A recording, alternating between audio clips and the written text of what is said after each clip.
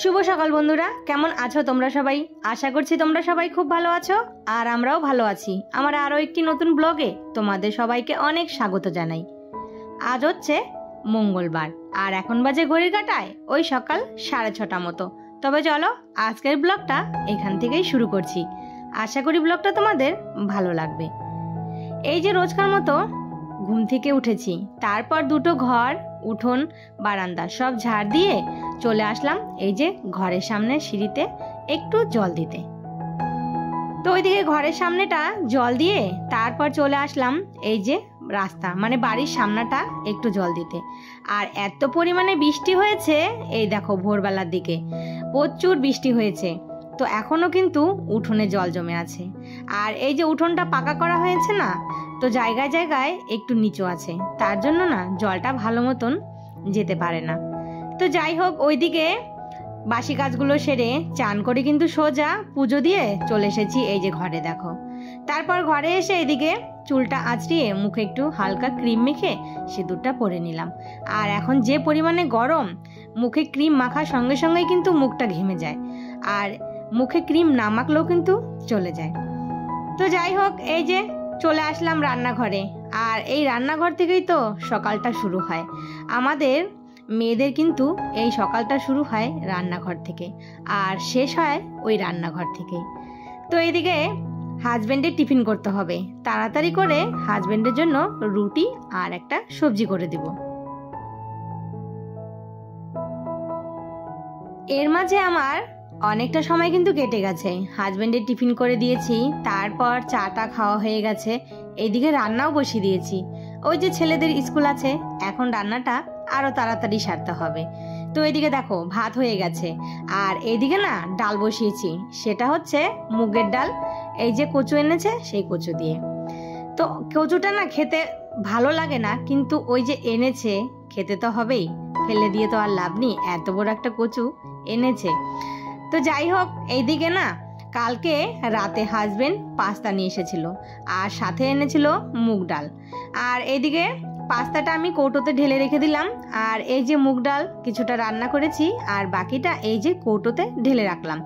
আর এই কৌটোটা কিন্তু আমার হচ্ছে তেলের কৌটো ছিল আগের, আর এই কৌটো থেকে এত পরিমাণে তেল চুয়োতো, একদম যেখানে রাখতাম না সেই জায়গাটা একদম তেল তেল হয়ে যেত। তার জন্য এটা আমি বাদ দিয়ে দিয়েছি। আর এখন এটা ভালো করে ধুয়ে এটার মধ্যে ডাল রেখে দিই। তো দুটো কৌটা ছিল, একটাতে আমি মুসুরির ডাল আর এই যে আরেকটাতে মুগ ডাল রাখলাম। তো এদিকে দেখো এই যে কচুর ডগাটা, এটা কিন্তু ভালো করে ধুয়ে তারপর এটা আমি ডুমো ডুমো করে কেটে নিলাম। এটা করব আজকে কচুর শাক, মানে সেটা হচ্ছে এই যে সেদ্ধ ছোলা আছে না সেটা দিয়ে। তো আমি ছোলা দিয়ে বাড়িতে কোনোদিনও কচু শাক বানাইনি, আজ প্রথমবারই ট্রাই করছি। আর এই যে আজকে নিরামিষের দিন হলে না একটু ঝামেলা জানো তো। আর আমার বাড়িতে নিরামিষ হলে না কেউ ভাতই খেতে চায় না, আমি নিজেও খেতে পারি না, কিন্তু তবুও একটা দিন আমি চেষ্টা করি একটু নিরামিষ খাওয়ার জন্য।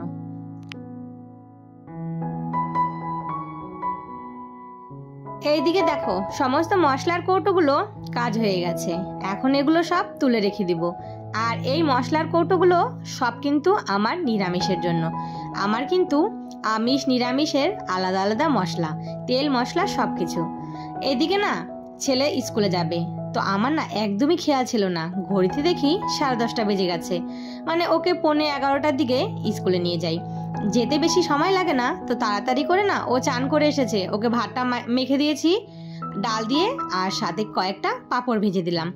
আর এইদিকে রান্নাও তো আমার একদম কমপ্লিট হয়ে গেছে। তাড়াতাড়ি করে এই যে বাসন আছে এগুলো মেজে তারপর ছেলেকে স্কুলে নিয়ে যাব।